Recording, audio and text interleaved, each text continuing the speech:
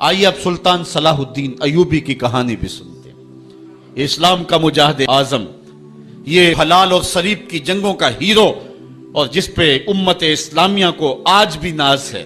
اس کے زمانے میں ریجینالڈ بدبخت ایک انگلستان کے شہزادے نے حاجیوں کے قافلے کو روک لیا اور ان کا سامان لوٹ لیا۔ انہوں نے کہا ہم حج پہ جا رہے ہیں، تو نے ہمارا سامان لوٹ لیا، ہمیں جانے دے۔ تو اس نے دریدہ دہنی کرتے ہوئے کہا بلاؤ اپنے نبی محمد کو جو تمہاری جان چھڑائے۔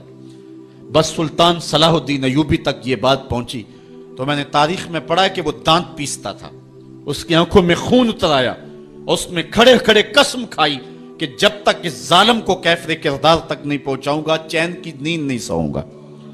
پھر پونے 2 سال کا عرصہ آپ سلطان صلاح الدین ایوبی کی زندگی دیکھ کے جنگی مہموں کو ترتیب دیتا رہا، دن رات اس نے ایک کر دی، نیند قریب نہ آنے دی۔ جب نیند بہت زیادہ تنگ کر دی تو پھر وہ خیمے کی چوب کے ساتھ ٹیک لگا کے کھڑے ہو کر کے اپنی آنکھوں کی آگ بجھا لیتا، اور پونے 2 سال کا عرصہ اس نے چارپائی پہ لیٹ کے نہیں دیکھا۔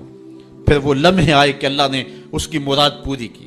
انگلستان کے شہزادے لائن میں کھڑے تھے، اس نے شاہ گاما کو اپنی کرسی دی اور ساتھ کہا ہم جس کو کرسی دیتے اسے امان دیتے ہیں۔ پھر اس نے اس کے جو نائٹس تھے ان کو آب خورے دیے، ان میں پانی دیا، کہا جس کو ہم پانی دیتے ہیں اس کو امان دیتے ہیں۔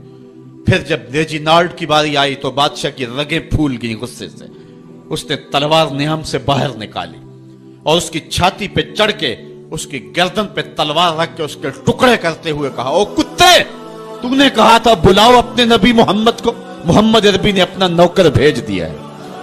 اور اس طرح اس ریجینالڈ کتے کے 2 ٹکڑے کر کے رکھ دیے۔ یہ ہماری تاریخ ہے، یہ روشن تاریخ ہے۔ ہمارے اسلاف، ہمارے بزرگ، اس دور کے شہنشاہ، اس دور کے بادشاہ اتنی جرأت اور اتنی عظیمت رکھا کرتے تھے، اور آج ہماری کمزوریاں نے دشمنوں کو دلیر کر دی ہے۔ کبھی ایسا بھی اندھیر آیا تھا کہ سرے عام یوں توہین اور تنقیص ہوتی ہو پیغمبر حسن اور پیغمبر جمال کی، اور پھر 1 ارب 40 کروڑ انسان دنیا کے اوپر بستے ہوں، یہ بھی زمانے نے دن دیکھنے تھے۔ تو امت مسلمہ کی موت واقعہ ہو جائے اگر حضور علیہ السلام کی توہین باقی رہتی ہے، اس لیے امت کو پوری قوت کے ساتھ کھڑا ہونا ہے اور اپنے نبی علیہ السلام کی توہین